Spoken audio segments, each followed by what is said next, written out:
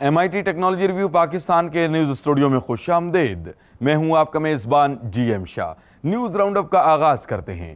Bulletin کے آغاز میں آپ کو بتاتے ہیں کہ خیبر پختونخوا کی حکومت بہت جلد صوبے میں 4000 میگا واٹ کا پاور پلانٹ نصب کرے گی۔ اس حوالے سے حال ہی میں خیبر پختونخوا کے وزیر اعلیٰ پرویز خٹک کی سربراہی میں ایک معاہدہ طے کیا گیا۔ یہ معاہدہ سیپیر، سینو ہائیڈرو اور پختونخوا انرجی ڈیولپمنٹ آرگنائزیشن کے درمیان کیا گیا۔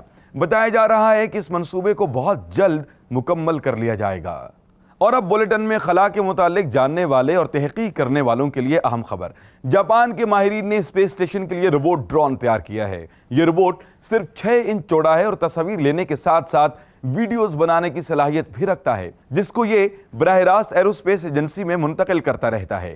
ماہرین کا کہنا ہے کہ اس روبوٹ کو بنانے کا مقصد خلا میں کیے جانے والے تجربات کی مانیٹرنگ کرنا ہے۔ اس روبوٹ کو انٹرنل بال کیمرہ کے نام سے منسوب کیا گیا ہے۔